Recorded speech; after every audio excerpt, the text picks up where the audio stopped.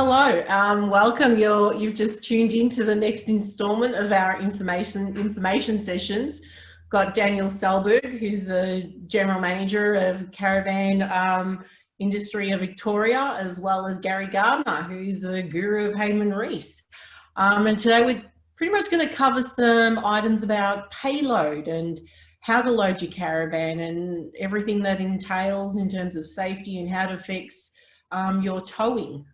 So whoever wants to touch base first, let's look at that. Well done, Linda. I'm going to say we got Linda to introduce it. She's done a fantastic job. We thought we'd mix it up. We've got a number of topics through our virtual show, and obviously, hopefully in 10, 15 years, when people look at this and go, oh, how good are these guys? They know what they're talking about. They'll go, what's that virtual show? And me and Linda pretending that we're there. But obviously, Gary, payloads, how to what it entails, how does it work?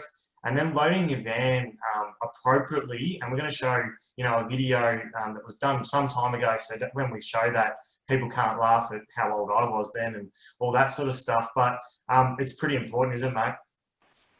Yeah, payloads. We sometimes misunderstand just what that is. We sometimes, we consider we're just adding in our water and our gas and clothes and whatever else we're putting in the van, but effectively everything we put into our caravan is payload. That's let's sort of the group terminology for what it might all be. And let's say break it down into almost two parts. There is how much you can put in there, and there's where you load it in the van.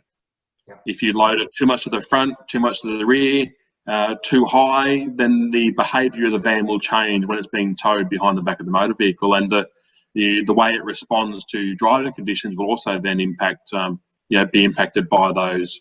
Not how much you put in there, but particularly how you've loaded into your caravan.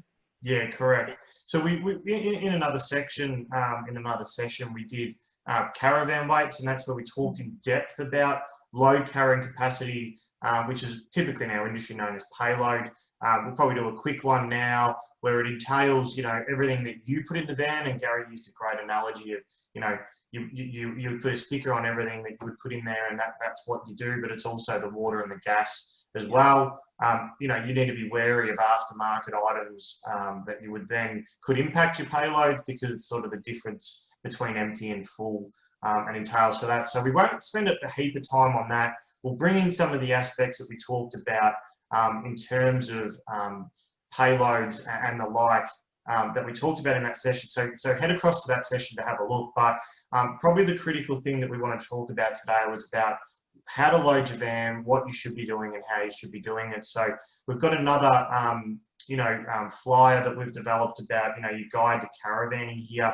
And there's a particular, section here about, weights and sway and stuff like that. And you can sort of see here, as I zoom in, talking about loading your van. And Gary, I might get you to have a start to chat about this. And Linda, I know you're going to talk about some of the conversation with consumers and customers that you've had as well about, understanding this and how it works. Yeah, that diagram there really is so simple, but it's so accurate. To get the most stability out of your caravan, there's a couple of things to consider, and that is the ball weight of the actual van in relative to its overall weight. But then, you can use that nice little guide there of, the heavier weights down as low as you physically can to the floor of the caravan. Hence, that's, your water tanks as well. They're obviously underneath the floor of your van. So that's going to, again, lower the, what we call a center of gravity, which increases stability of the caravan. Medium weights a little bit further forward, a little bit higher up. So you might have things like, I don't know, maybe your towels and your clothing and those sorts of things, which individually they don't weigh a lot, but as a group they start to weigh a bit more. So you put those things a bit further forward, a bit further rearwards, and a little bit higher up. And then your really lightweight stuff. So if there's only 2 or 3 of you going away in a van, you might only have 2 cups, 2 plates, that sort of stuff. So they might be up higher in those higher cupboards, or maybe it's I don't know, just those lighter things that you can spread out evenly in those higher up cupboards inside of your van to prevent what I refer to as that rocking sensation. Sometimes the van, it wants to rock, not so much sway behind the back of the van, that's a different scenario, but rocking side to side can be impacted by how much heavier weights you have too high up in the air, so the van wants to rock, you know, as being towed behind the back of the car. So understanding how much weight you put in there is absolutely critical. Yes, it impacts on, you know, on so many things, but loading it the right way to increase the stability of the caravan is just as important. Yeah, correct. And I think, you know, we've talked about in a number of other sessions about your car weight, your caravan weights, and stuff like that. So make sure to get the understanding of the abbreviations, but how they work, check out those. But, you know, it'll impact your car, it'll impact your caravan, et cetera, et cetera. And, you know, I think in relation to this diagram, with, you know, the red around the heavy items around your wheels and axles, as it's known, why that's critical is it doesn't affect too much by, if you put weight forward or weight back, it's going to really affect the weight of the caravan and how that's done. And, you know, these toolboxes on the front, and people put the heavy items on there, so that's going to put more weight on the front, impact, all that sort of stuff. So Linda, you know, I know you've had a number of conversations with consumers and they're probably not fully aware of this. Did you want to sort of add some more info into this before I'll play a video around what the impacts are of that as well? So what I've come across predominantly is, I'd say, overuse of packing heavy items in the front boot tunnel or under the bed, where you will find all sorts of heavy equipment and, you know, awning poles. They're fine, but you'll get some other things in there where really they would fit quite perfectly into the kitchen area, which is typically right above the axles. And also the other thing I was going to mention was have them secured so that they're not sliding around, because that can also affect as you travel. If you've had to hit a circumstance where you've applied your brakes, things can shift. So typically I just say keep your medium items front and rear and balance them out. Hence use the toe ball as well, toe ball scales, to work out what you're looking at, and heavier items around the axle area, absolutely, and as low to the ground as possible. And I typically use bungees just to hold things in place so that they're not moving. Yeah, correct. So you just mentioned there, Linda, about, you know, you've seen some strange and wonderful things loaded. How about 12 milk crates of books underneath the front bed? Wow. Wow. I saw a lady up here once do that, and she had, let's just say, a lot of ball weight on the back of her particular motor vehicle. I won't dob her in personally, but yeah, she wondered why she had so much toe ball weight. She was well and truly underneath her maximum weights. Yeah. It was just she had so much in the front front boot and under the bed, and then we had a look, and it was 12 milk crates. She's a mobile book exchange while she travels the country. Yeah. Well, see, this is an interesting one. I mean, there's a bit of humour behind that, but your typical one would be a couple of slabs of beer, a crate of wine, because you want to enjoy, you want to relax. And like you said, wherever you go, you're able to find some place to, you know, shop. Bottle shops, probably not as much. So people maximise that. Again, it's fine to take them, but put them in the kitchen area down low, not under the front bed. I think you make a great point there, Linda. And you know, you look at vans these days with the tunnel boots at the front where you can put the slide-out kitchens, or, you know, these hatches at the front where you can put the slide-out fridges and stuff like that. So, you know, understanding what your weights are, where your loading areas are, and then what the impacts on your car and caravan will be in terms of your weights, pretty critical. And the effects of those, because it just makes just a massive difference. So what I might do is bring up that funny video of me, as I put it, and as you can see here, it's quite a few years ago, so, you know, bear with me there, but, you know, we'll play this video and show you how it works. Hi everyone, I'm Daniel from the Caravan Association of Victoria. I'm here at Harding Swift Caravan Services, and I'm here with Andrew Gallop, the owner of Harding's Swift, and we're here today talking about weight distribution. So what we're demonstrating is, generally, if you use the manufacturer's storage areas, being the front bed, say for instance, the side cupboards, the water tanks, where the kitchen is, we'll make a stable car and a stable rig. So you can see if the car hit the gravel, it's pretty stable. I'm really sort of pushing that. Now as I start moving that weight, maybe to the middle or further back, you can see the car's not quite as stable. You can see it just takes that little bit longer if the car hits the gravel. Now what we might do is we might put a generator on the back. We hit the gravel and suddenly that car is a lot more unstable. You can see the back of the car takes a lot longer to recover. So it's a good simulation of when people are loading up their caravans, driving down the highway, going at 80, 90, 100, 110 Ks. And if you've got your loading areas in the wrong spot, what can actually happen? That's right. And so this model really illustrates how in Australia we generally build caravans and need to load caravans with 10% of the overall mass on the back of the car. Now some people think, so they've put the generator on the back and then they think, hang on, I've got 2 jerry cans, we're going on a long trip. I'll just bung them on the back. You just moved it a little bit before. You haven't even touched it. I haven't even touched it, and it's out of control. Now I've got to stop the model to bring that back into control. So the key bit, Andrew, is to focus on where customers are putting their loads. So when they're putting their goodies, you know, making sure that they're putting it more forward of the axles to ensure that that ball weight is at 10%. That's right. That's right. So if you want to get some more tips about being safe on the road, head to gomakesomememories.com.au. So with that, guys, obviously it shows when you move the weight and as it sort of goes gradually back, it then starts to create the sway. So what's probably critical, guys, as I bring us back to have a chat about, what's interesting with that is what it does and how easy just the slight variation of a weight moving forward and back and the towability on your products. And, you know, we see, you know, we're starting to see it on the news now and online and stuff like that, but there's a lot of aspects at play that could cause those accidents, unfortunately, and loading your van correctly is pretty important. I know, Linda, you vouch for this video. What are sort of some of the comments that you would say in relation to that?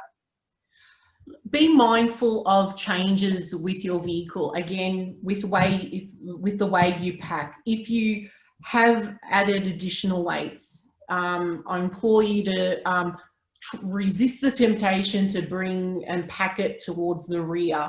Some people look at adding an extra toolbox. They'll add that to the back where the bar is, and then what they'll do is actually have the ball, because your rear bar can actually come out. It's a sliding mechanism generally. So as you bring that out, guess what? Your rear overhang increases. So the distance from your axle to the rearmost point of your caravan is designed essentially for it not to have sway, typically. So now if you've extended that rear drawbar, sorry, your bull bar, what you're doing is you're adding an extra amount of essentially force acting in the lateral position. And so by adding that toolbox in the back and loading that toolbox, or adding the rear bike frame and adding the new bikes that you've just brought for the kids that you're going to be, you know, using on your next destination, that's enough to trigger sway. That's all it takes sometimes. And as you're approaching a nice cruising speed on the freeway, if you get up to that 100, that speed can cause the sway. A passing truck can induce sway. And like on that video, it doesn't take long for it to get to a very sticky situation. Yeah, correct. So Gary, from your experience, mate, obviously from a towing expertise point of view, the sway and everything is a critical factor that, you know, what Payloads can do, and people probably aren't aware of it. Yeah, I'll back up what Linda just said. You know, you can still have the right percentage of ball weight on the front of the van, but if there is so much overhang beyond the center of the axle group, it'll still sway. And that's probably sometimes people say, oh, but I've still got 10% toe ball weight. Yeah, that might be the case, but you've got an extra, 10 or 12%, 15% length beyond the rear center axle group, and that's what that factor which is going to cause the van to sway more effect from some of the crosswinds and the large vehicles, that sort of stuff. So it is again, it's not a one size fits all. There's more to what causes issues than just the wrong ball weight or too much weight in the wrong positions or loading. It's there's always a sequence of things which causes these to get out of control. So loading it and having it set up correctly is, you just can't harp on just how important it is to the stability of the caravan. Yeah, correct. And I guess, you know, we've in other topics we've talked about, you know, your car weights, caravan weights, and how they sort of work, and these topics about, you know, aftermarket accessories that can assist and all that sort of stuff. They all go hand in hand to making sure you're safe on the road. And when you're traveling, you know, the worst thing that could happen is something goes wrong, and understanding each of these are pretty critical to making sure you're safe. Obviously then, you know, you don't have to use your insurance, so you save your money and all that as well, but also the safety of you and others. Because, you know, we talked about brakes in another topic, and, you know, if it comes disengaged, you know, there's just so many variations. And the vans these days are just getting so much heavier, and that's because we want more and more. And, you know, with your payloads too, probably something to think about. You know, some people saying, oh, I want 1,000 kilos payload. Well, the question is whether you really, really need that much when you go away, because to design something to tow that could have 100 kilos to 1,000 kilos is not realistic, really, is probably the way I look at it, because there's just so much variation in that weight. And then where you put that weight makes a major impact. Yeah. Agreed. Yep. Yep. It's all about balance. It needs to be balanced when it's empty. It needs to be balanced when the caravan is loaded. Yeah, correct. So, guys, you know, this was really focused on that payload and how to load your van and do it properly. From you guys, is there anything else you think that we should touch on for this one? Oh, the silence again. It's amazing. I'm just going through the mental Rolodex of things that I've come across, but it's more about understanding just because there's a compartment there doesn't mean you need to fill it. Yeah. I've actually noticed on a few vans over the last, I don't know, I couldn't tell you, like, increasingly I'm seeing it more and more. Some van manufacturers are actually putting things like maximum 30 kilos in this drawer, in this cupboard, or in this front boot, or they're putting little stickers in place. So they themselves are realising that customers don't always know what's right or wrong. So they're giving them a guideline of maximum weight in this location can be X amount of kilos, which I think is a great tool for, you know, the educated as well as the uneducated, to make sure we're not putting too much weight in, you know, in certain parts of the van.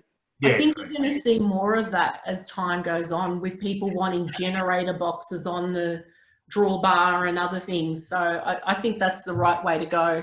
Yeah, I think, you know, as we sort of touched on a couple other talks, you know, you may think that you need it, but as Gary used the analogy, and, you know, we'll say it's Gary's, but you use those stickers and put it on there, and then when you get back, if you haven't used it, you know, whether you need it, probably Gary is the question. Exactly right, yep. So with that, guys, we might wrap up this one, but obviously we've done a number of other topics as well, so make sure you check those out. So thanks for your time. Thanks. Thanks, mate.